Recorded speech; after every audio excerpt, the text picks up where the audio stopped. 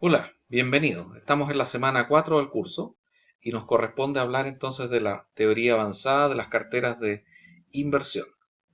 ¿Qué es lo que vamos a tratar básicamente esta semana? En algunas sesiones anteriores hablamos de lo que era la conformación de las carteras eficientes de acuerdo al modelo de Markowitz.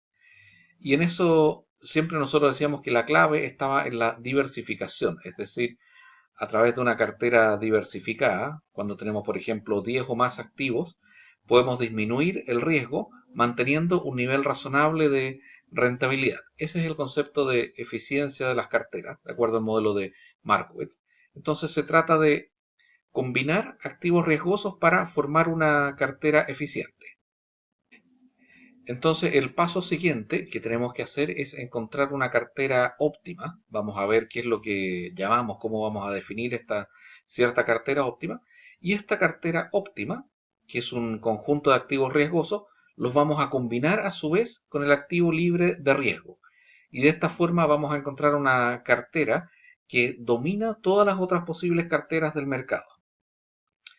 Entonces, ¿cuáles son los temas y los objetivos que tenemos para esta semana? Hablando de la teoría avanzada de carteras de inversión, vamos a empezar hablando y recordando que es el modelo de la teoría de las carteras de inversión de Markowitz.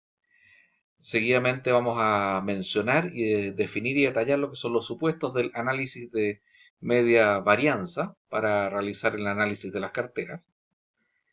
Después vamos a hablar del tema de la frontera eficiente y vamos a hablar de lo que es conocido como el teorema de la separación de los dos fondos.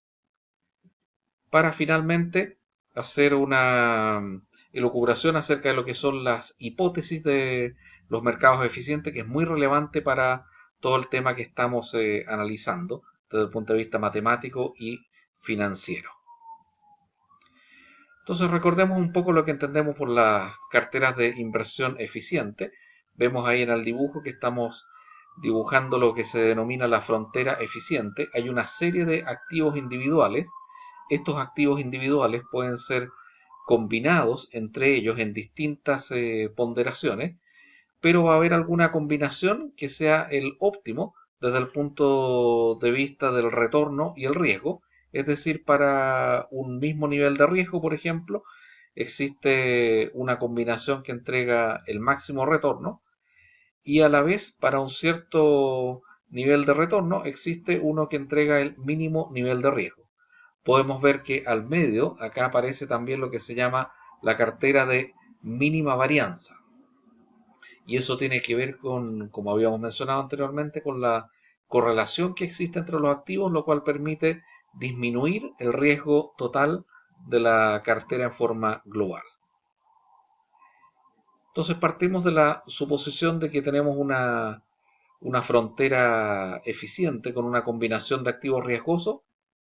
Tenemos entonces una combinación de activos, una cartera de activos riesgosos A y una cartera de activos riesgosos B. Entonces, el concepto para determinar cuál de estas carteras puede ser más conveniente, puede ser más beneficiosa, tiene que ver con esta línea que lanzamos acá, que en el fondo parte desde el nivel de rentabilidad del activo libre a riesgo hasta el punto en que cruza la frontera eficiente. Eso, que es lo que estamos evaluando, entonces tiene que ver con el ratio de Sharpe. El ratio de Sharpe, ¿qué es lo que hace? Simplemente es medir, determinar el premio por riesgo en relación al riesgo que estamos asumiendo. Es decir, esto habitualmente se llama el precio del riesgo.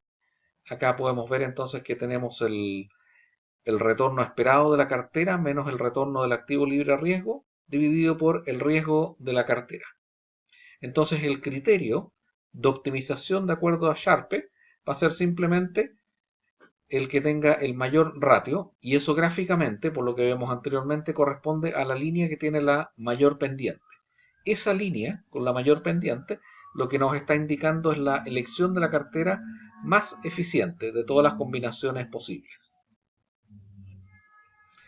Entonces acá podemos ver en este gráfico que de todas las selecciones posibles va a haber una que se denomina acá con la letra P, que va a ser la cartera óptima de mercado. ¿Cuál es la característica que tiene esta cartera? Gráficamente es muy simple de ver en el sentido que vemos que es tangente a la línea que va desde el activo libre de riesgo hasta el portafolio.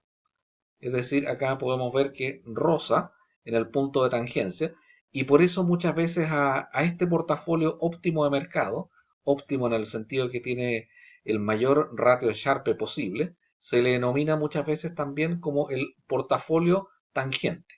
¿Por qué el portafolio tangente? Bueno, tal como lo vemos en este dibujo. Entonces, a través del análisis gráfico queda claro que el portafolio que tiene el mayor índice o ratio de Sharpe, es decir, el más eficiente, es este portafolio tangente.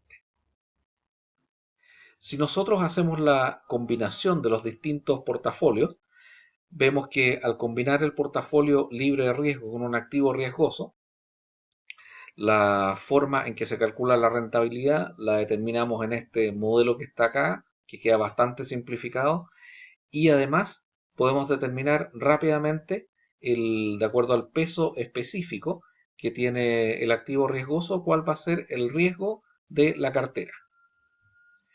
Entonces, de aquí aparece algo sumamente interesante. El nivel de riesgo se escoge únicamente dependiendo de la cantidad, el porcentaje en que yo ponga en la combinación entre el activo libre de riesgo y la cartera riesgosa.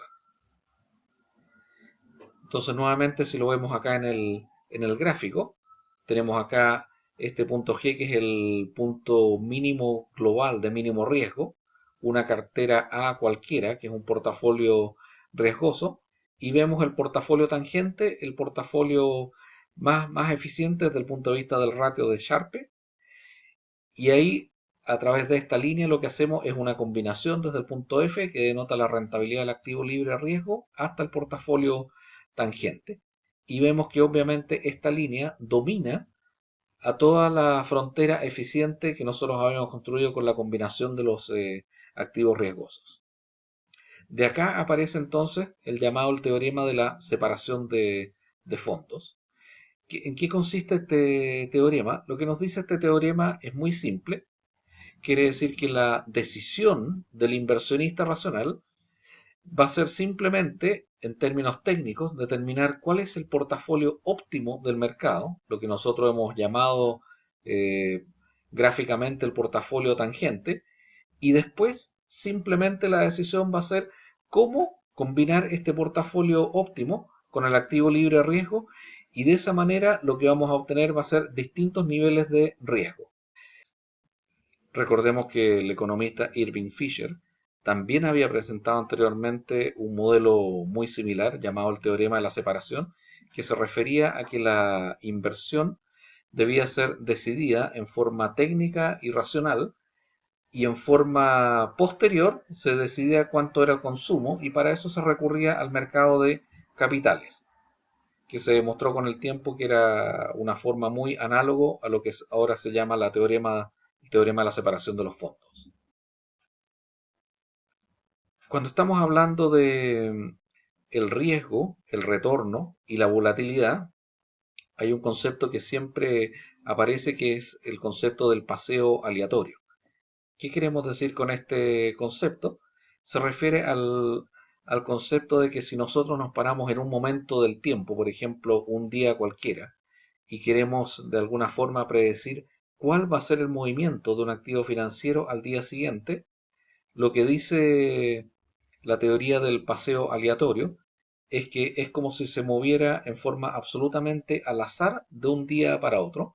Es decir, podríamos decir que esto no tiene memoria, sino que cada día el activo decide si va a subir, si va a bajar o si se va a mantener absolutamente constante.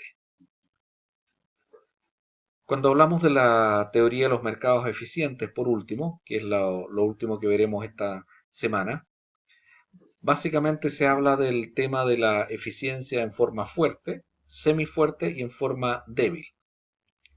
El caso de la eficiencia en forma fuerte, que es el caso más extremo, se refiere a que toda la información es conocida, incluyendo información pública y no pública. Es decir, este es un caso extremo que en la práctica probablemente no se va a dar.